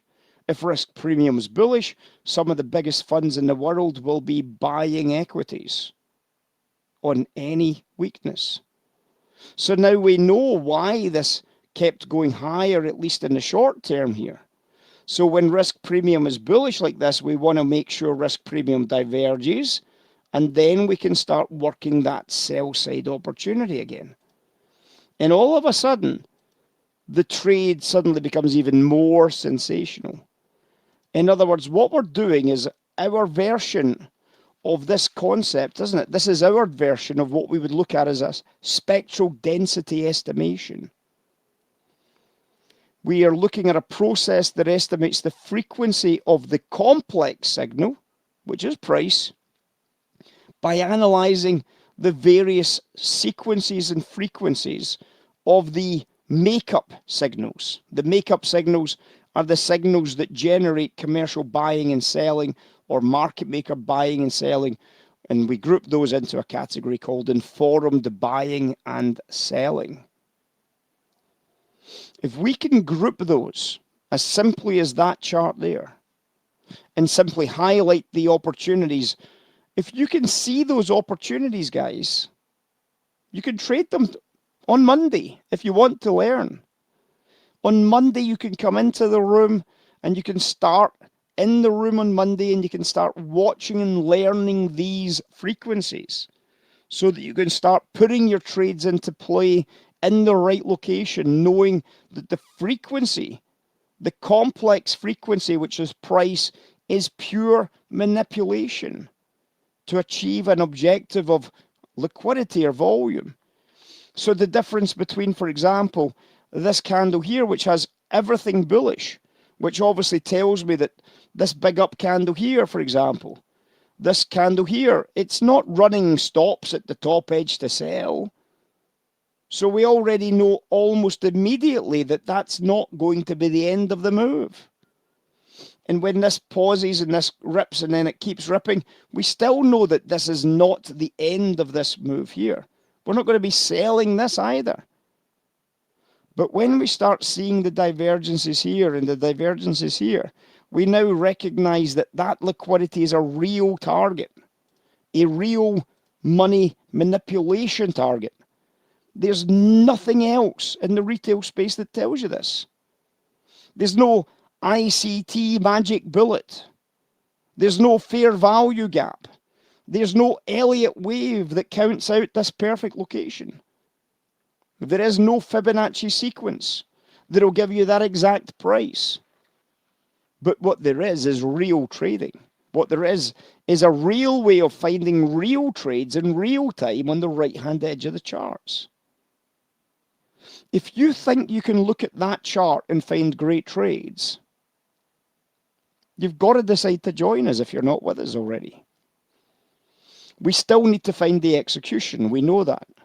We teach you the execution. We teach you about the order flow, the leans against a POC of a candlestick, for example, or some of the other indicators that we have available, like the Voltics. And the Voltics and the big volume areas, we see a couple of examples if we look at the pound, for example.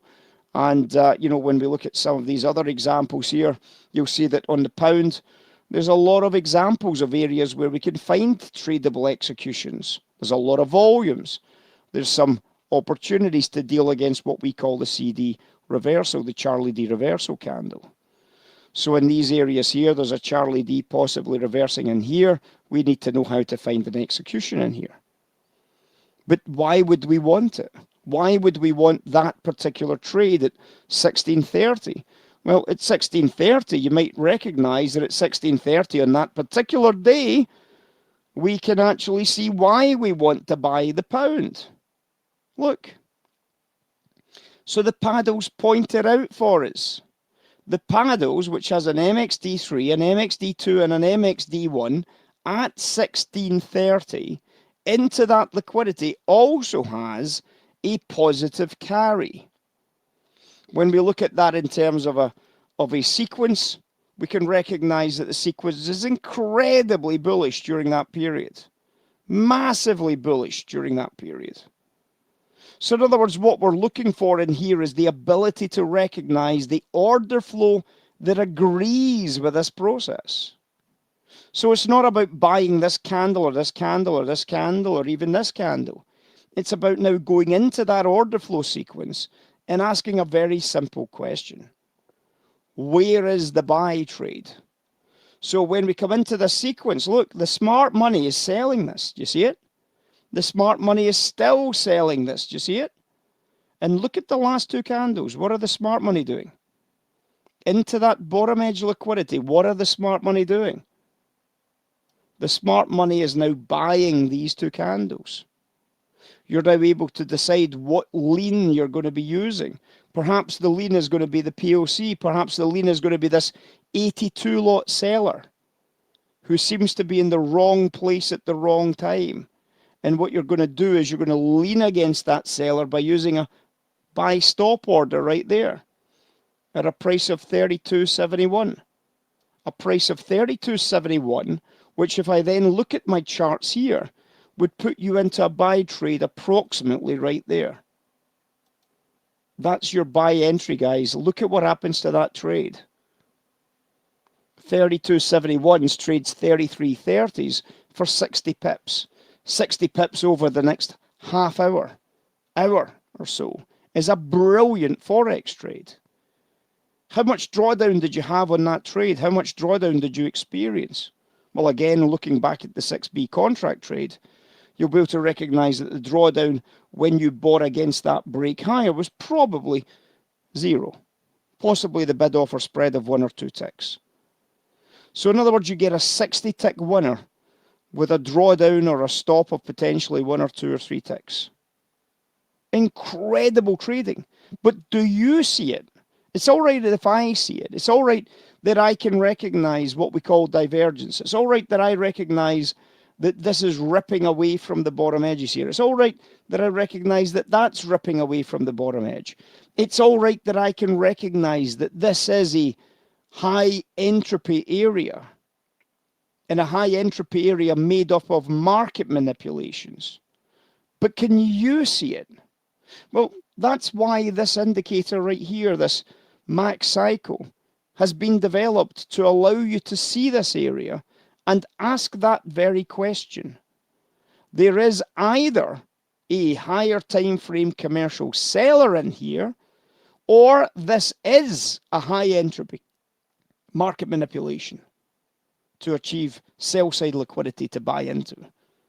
It's either or, it's a binary decision. It's either a buy or it's a higher time frame sell. with the value line going north, with the carry going north, we are now in a better position, a more structured position, a cleaner position. Not to buy it because there's a divergence on a MACD, not to buy it because the stochastic has hit an oversold level, but to buy it because the banks are buying it, to buy it because the order flow tells us that the banks are buying it, that the entropy is high, that the disorder is there to confuse, to put you off guard, to put you into a sell trade instead of a buy, to cause you as much disorientation as possible. And likewise, when we get these paddles at the top edge up here at, say, 1400 hours, when the value's gone offered, when the value's gone offered up here, 1400 hours, and then we look at 1400 hours, and we ask the same question, can we find at 1400 hours the perfect candle, the perfect Charlie D reversal candle? And the answer is right there, a green candle. The smart money's going into the sell. And what I'm going to do with my order book is very simple. I'm going to put in a sell stop order just below those orange areas there. I can put my sell stop order in there, and I can look to now take advantage as the price reverses, because now we have the perfect trade. Now we've got the trade. And the good thing about that is we can see it. There it is. Look, it's on our chart. The paddle tells us to look for it. It still doesn't mean I'm taking it, but the paddle tells me that I should at least now be looking for it. And what I'm now looking at is I'm now looking at this here and saying, I think that's a high entropy manipulation higher. This is a high entropy, and this should be the low entropy phase here, which is a momentum sell. I recognize the value, I recognize the signal, and I go to my order flow and find the trade, and I have a drawdown, which is approximately 2 or 3 ticks maximum, and I've got a trade that goes for approximately 50 to 60 pips on the way back down again. So that's about 100 to 120 pips of sell side and buy side signals. We top ticked the pound, and we bottom ticked the pound on Friday with those 2 signals, just by recognizing the reality of what trading really is. Can you afford not to know what's driving your market on Monday? Can you afford, really, to go back to your desk and look at your stochastics and think that that's telling you what's driving your market? Can you look at your MACD and know what's driving your market? Can you look at your Fibonacci and know? Can you look at what Elliott wave you're in and know what's driving your market? The answer to those questions is no. If you're honest with yourself, the answer is absolutely not. If you're an ICT fan, does ICT tell you what's driving the market? The absolute answer is no. It just tells you what's there. It tells you what is physically there, the same as a moving average crossover tells you that there was a moving average crossover. And what? I don't care. The market doesn't care. The market doesn't go long because the market's had a moving average crossover. The market's gone long because the high betas are getting purchased. The pound is going long because inflation numbers have just came out and the price is well cheaper than had been priced in for a high inflation pop. The pound's going higher because the carry value is good to buy the pound. If we don't grasp this as a reality, I'm sorry, but I don't get it.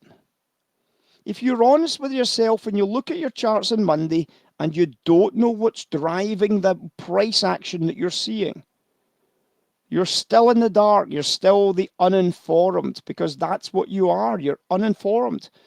ICT doesn't inform you. Fibonacci doesn't inform you. Elliott doesn't inform you. Moving averages don't inform you. Stochastics, RSIs, they don't inform you. None of them informs you. None of them tell you what anybody is doing. They tell you what everybody's done. They don't tell you what anybody's doing. This tells me what somebody is doing right there on the right-hand side. This tells me what somebody is doing right there on the right-hand side. And if I want to take advantage of that, if I acknowledge it, if I look at it and I agree with it, then I can take the trade with a lot of confidence, knowing that Goldman Sachs are on the same trade as I am, knowing that Warren Buffett's on the same trade as I am. Confidence that you're on the right side of the market for a change. Confidence that you're part of the manipulation, not the victim of the manipulation. You're reading the market properly. You're reading the drivers properly. You're understanding what causes the market to move. You understand that you can never have all the answers, but you can certainly have a lot of the main answers most of the time at your fingertips by simply coming along to the class and understanding this. It's not as difficult as it might seem. These markers are on your charts in real time. It brings you to try and answer a question. The answer to the question is binary. Yes or no. Is this a higher time frame? Yes or no. Is this a market manipulation? Yes or no. That's it. And we've got the tools to show you how to make that decision. If it's a manipulation, you fade it. If it's a higher time frame, you recognize the pullback and the opportunity to join in with that higher time frame. The decision ultimately is yours. We've presented a fair case. We've looked at the super trend indicator, highlighting that it lost every single trade on oil on Friday. Sometimes it makes money, sometimes it doesn't. The question remains, when you look at the super trend, does it tell you what is driving the market, or does it tell you what's happened previously in the market? The answer is it tells you what's happened previously. If that happens to repeat itself in the future, you'll make money. If it doesn't, you'll lose money. I don't think that's a good enough probability to base my trading on. I want to know what's happening now. I want to know what's happening with the biggest groups of traders in the world of commercials. I want to know what the market makers are doing. I want to know how this is going to play out. And I'm going to play what we call the probabilities, not the certainties, because there are other drivers. We've already expected to understand that as a point. There are lots of other drivers. If we look at the potential for the number of drivers in these various spectral areas, we can recognize there's a lot of different potential drivers that we would potentially have to try and tally up and basically try and figure out. With all the various drivers arriving at different times, we've got to be able to recognize that we've got to have a tool. We've got to have an ability to recognize which ones make the biggest dent, which ones make the biggest contribution, and go with that as a process to simplify this even further. That could be a single line, or it could be this type of process here where we start actually looking at the Fourier of the entire process, of the entire complex model. And as I said, coming back to this idea of what it is, it's basically all the pressures at the same time arriving, trying to help us, trying to show us what the total is. It doesn't mean it's still right. It just means that according to our model, what the total is. If you believe our model is relatively accurate, then you can use our model. If you believe our model is wrong, well, use your own model. Use the underlying directionality of some of the other models. When we see the underlying directionality of some of the other models, the idea of this model is to highlight the change in entropy. From a high entropy to a low entropy, and from a low entropy to a high entropy. This is high entropy. This is a sell trade. This is high entropy. This is a buy trade. That is low entropy. And this is high entropy, and that is a sell trade. And in a low entropy model, we want to be buying dips, we want to be buying pullbacks, we want to be staying long if we can in those types of models. If we see it and we recognize it and we think it's any good, congratulations guys, welcome into the class next week. If you don't and you want to go back to not knowing what's driving the markets and hoping that your indicator obviously helps you, then good, help you, on you go. I mean, that's perfectly valid if that's how you're going to read the markets based on what's happened before. I wish you luck with that, and let's hopefully see a lot of success for you in the future. But if you want to know what's driving your market, if you want to get into that process, join us next week, and Kim will give you the details just coming up now. So hopefully there was something of interest in that today, guys. Looking forward to a busy week next week, and we'll pick it up with you guys that decide to join us. I'm finished, Kim, so over to you.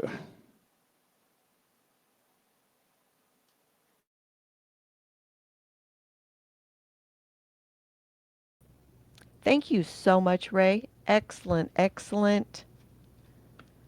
Yes, yes. And I will answer some questions. We will be getting started. We'll be live tomorrow morning in the trade room, in class, with all the tools, with all the markets going. And if you saw Peter, he was making money right while we were in here during during the session, our walking billboard. Thank you, Peter, for sharing. I think that was an excellent, excellent. I'm going to go ahead and stop this recording. So if you're wanting to join, I'm going to put all the details and we're going to go over all that. But I want to go ahead and stop this so that Serge can get this ready. But you can join us there at the link right there, compassfx.com/max. If you want to go all in each and every day, we've got the compassfx.com/max dash VIP. So we've got a I want couple. to jump back in, Kim, for 2 seconds here very quickly, because I want to just show you this oil at the open. And if we know that this is the main driver, this is what we call the swap dealers. If you look at that line today, guys, if you look at that line from Friday night and into this morning, Sunday night, Monday morning, are you a buyer or a seller of oil at the open? Any ideas? A buyer or a seller of oil at the open? Can you tell? This is one of our main drivers of oil. You're obviously a seller at the open, aren't you? You're going to be a seller at the open. Is there anybody that doesn't think that that process there is dropping down at the open of oil? You're going to be a seller of oil. If you think that that's easy to spot, let's see what opened on oil today.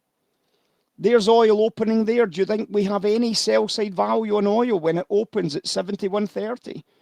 Do you think we had any sell side value there at 71.30? If you do, you could have made 30 ticks just after starting here. You could have made 30 ticks to that wholesale 71 evens. You could have bagged that money. You could have made $300 already and said, cheers, mate. There you go. Take the monies and say $300. Damn right. Cash open to 71 evens. Perfect sell. Perfect trade outcome. If you think you can see that, well, you can trade it, guys. If you think that that's doable, then you can do it. You can do it. It's not some sort of voodoo science where you've got to learn a lot of math. You just have to be able to recognize that there's value in there and press a button with confidence, because it's not an oversold or an overbought stochastic. It's nothing else bar good value trading. It's what the commercials use to buy and sell the market with. It's what the market makers use to know whether to add or subtract liquidity. So when this starts to rise, you can see that the candles get smaller. Isn't that similar to the model we drew for you earlier? When we talked about this value storyline here, when we said about when the system seems to be starting to turn and we start seeing the candles getting smaller, is it not the reality that you've been missing? And you start recognizing that those candles getting smaller and the price jams down into the bottom edge here, is that not the reality of what we just drew before it happened? It is, isn't it? It is the exact reality. I'm not saying it's bullish. I'm not trading it as bullish. But what I'm saying is that if you recognize that that was the line here, that that line there was that line there, if you recognize that that was the case, you could have easily have sold 71.30, and you could have easily have recognized this high entropy area here when the value is now compressing, and you'd have been able to recognize the opportunity to book your 30 ticks and say, that's me done for the night, guys. I'm happy with that. The reality on the right-hand edge of your charts right there, just by recognizing that that part of the chart is this part of our drawing. The rubber meets the road, the theory meets the reality of the markets. If this isn't accurate, if this isn't right, nothing's going to be right for you guys. Seriously. This is the reality. This is what the market uses to figure out its direction. Most of the time, we know this stuff. Most of the time, we know what the probability is. As I said, I'm not buying this because my bigger, longer term view on this is still very much that at the moment. So I'm certainly not going to be long into this market. If it gave me a decent pullback, I'd go again on the short. If you can see it, you can trade it, and that's as easy as it gets, guys. Beautiful. Sorry, Kim. No, that's perfect. That's that's why we love Ray. He's always on. He's always going to be looking for that little bit of detail to share with you guys. This is what we do. We'll be live back in the markets in the morning for Just to those. interrupt you again there, Kim, for a Sure. second, so we can see what happened here. Look, so here's our order flow elements. You see the difference? Remember, we told you that if the market maker is in this as well, that we should see a massive divergence here. See the divergence there? And then do you see the Baltic and the POCs up here getting jammed up? This would have given you your order flow entry as well. So you're able to then see the Baltic here, a POC here, and you're able to put in a sell stop order there. As it shows up in real time, you're able to put your sell stop order just below here, and you would have got a price around about 71, 31s, 32s. And there's your outcome. 71 evens, bagging your monies and saying thank you for 30 ticks profit on that deal. And it's so visible. You're not even now debating whether it's a sell because the market maker says sell side as well. And because there's a lot of selling in here and it hasn't gone bid here, you're having to wait for that to happen. You're giving it space. You're not jumping too early. You're jumping at just the right time at exactly the right price because the signal is there. The marker is down on your charts. The marker is telling us this is the deal you've got to be on. The marker doesn't hide from us. The market is the reality of the marketplace. The marker tells us what to be doing. The marker is a build-up of information, a build-up of separate frequencies that go towards to making the Fourier series. The Fourier series, that complex model, that complex piece of information called market price, that we then decompose into these frequencies, that when the frequencies all say sell and the price is still at a high, we can sell with incredible confidence. And when you get past that and learn to understand to stay with the process, the breakthrough will be there. If you try and implement ideas inside the process that aren't part of the process, they don't agree with the process, you become unstuck. If you don't believe in the process, you get poor execution. And you need to just give in to the fact that this is how it works. This is the reality. Once you see it and once you've experienced it, you will not be able to look at anything else. And it doesn't mean there aren't other realities, because there's these other frequencies. But we've got to put it all together, guys, and there's nowhere putting it together bar here. This is the entirety, as far as we can take it without us getting into ridiculous numbers. Sorry, Kim.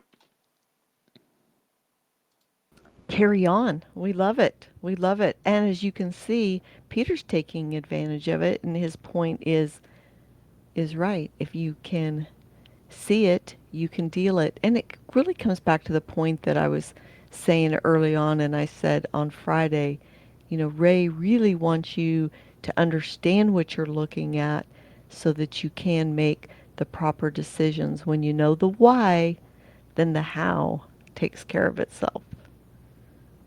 I think those things absolutely go together. So thank you, Peter, for jumping in and given the narrative. And I hope that you guys have seen, because the guys in our group, they don't just post like their trades, they post their narrative, because being able to, once you can start asking the right questions, then the answers change everything. So thank you so much, Ray.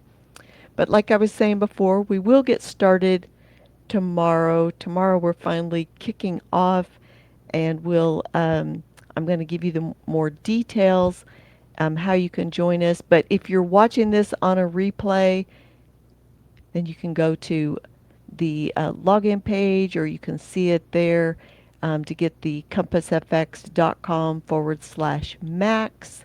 If you're one of our previous students and you're like, okay, I've got to come back, check your emails, reach out to me, because we've got a special um, different offers for you for your subscriptions, or for the Max Boot Camp. So membership has its privileges, and we want to make sure that we're taking good care of you, and we appreciate you guys. So I'm going to stop the recording. Thank you guys for being here with us today, and I'm going to start answering questions. Thank you guys.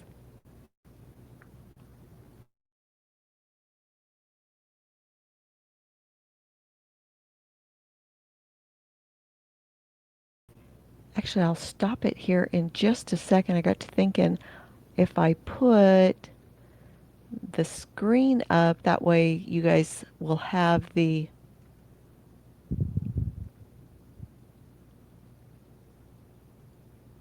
that way you guys can actually see what we're talking about. And I'm going to go ahead and just go through this part real quick, so that you'll see that we are going to have the boot camp. We'll have the live trade sessions, the classes, plus Max, our trading community.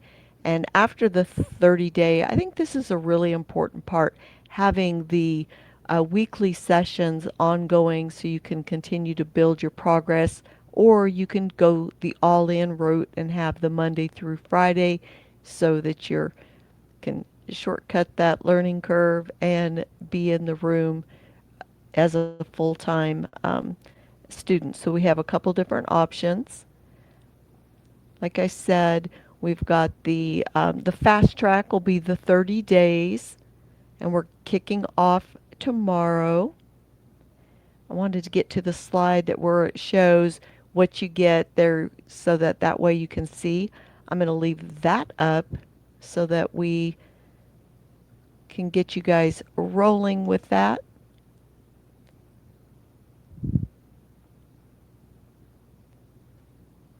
Hopefully that is able, you guys are able to see that.